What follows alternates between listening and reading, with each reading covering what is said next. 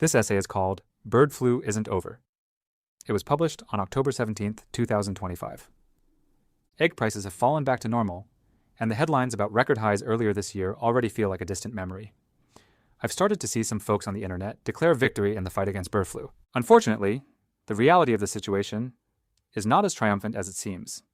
In fact, we're on track to continue to make the same mistakes we've been making for the last 3.5 years.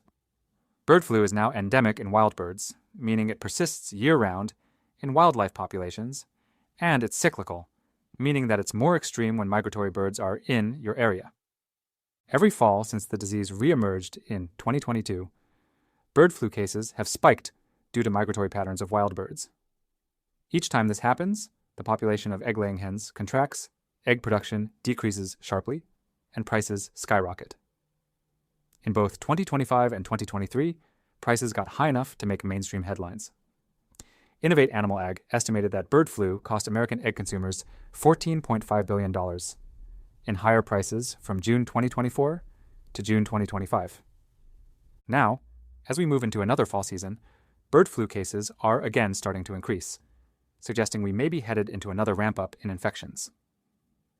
If rising egg prices catch us off guard this winter, it'll be quite an achievement.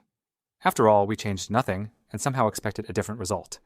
Just in the last few weeks, 2 million layers had to be depopulated in Washington state, and 3 million had to be depopulated in Wisconsin. For context, the total size of the U.S. layer flock is 300 million, so just those two infections alone are responsible for decreasing the U.S.'s egg production capacity by 1 to 2%. When bird flu suddenly contracts the size of the national layer flock, that's what causes sharp increases in the price of eggs.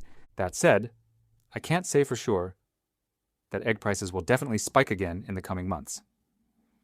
Egg producers have been proactive about repopulating the U.S. layer flock, and in particular, have been increasing the number of layer breeders, the parents of the hens that lay the eggs that we eat, that can quickly create more layers when needed.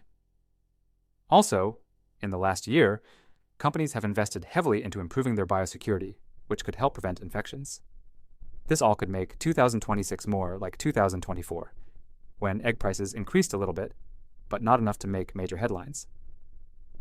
However, biosecurity will never be a full solution, especially since the CDC confirmed that HPAI is now capable of airborne transmission, something many poultry farmers suspected long before the official confirmation. Ultimately, if viral particles can drift in through air vents, there's not a lot that farmers can do. As I've argued before, the one and only long-term solution to bird flu is to allow farmers, particularly in the egg industry, to vaccinate against the disease. Other countries already do this, most recently South Africa. And in fact, we manufacture an effective bird flu vaccine right here in the USA that we currently export to other countries. Unfortunately, farmers are only allowed to administer vaccines that USDA approves, and USDA has not yet approved a bird flu vaccine. The rationale is complicated, having to do with the international trade of animal products. The concern is that vaccines might suppress symptoms but not eliminate the virus entirely, so if you import from a country that vaccinates, you risk accidentally bringing in the virus into your country. Because the U.S. is a major exporter of chicken meat, we don't currently allow any poultry producers to vaccinate. There are clear policy changes we can make to improve the situation. Bird flu primarily affects egg-laying hens, and not chickens we use for meat. However, we mainly export chicken meat, not eggs. These two supply chains are completely distinct, and in theory, we should be able to vaccinate egg-laying hens without it affecting meat exports at all.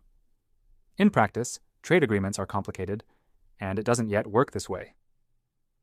But if the Trump administration is serious about keeping egg prices down, they should make this a priority in current ongoing negotiations with our trade partners. When egg prices were in the news earlier this year, it coincided with a change in administration. Trump mostly blamed Biden's failed bird flu mitigation policies for the problem.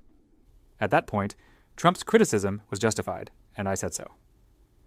Unfortunately, Trump's policy has been largely the same as Biden's, which will have predictably similar results.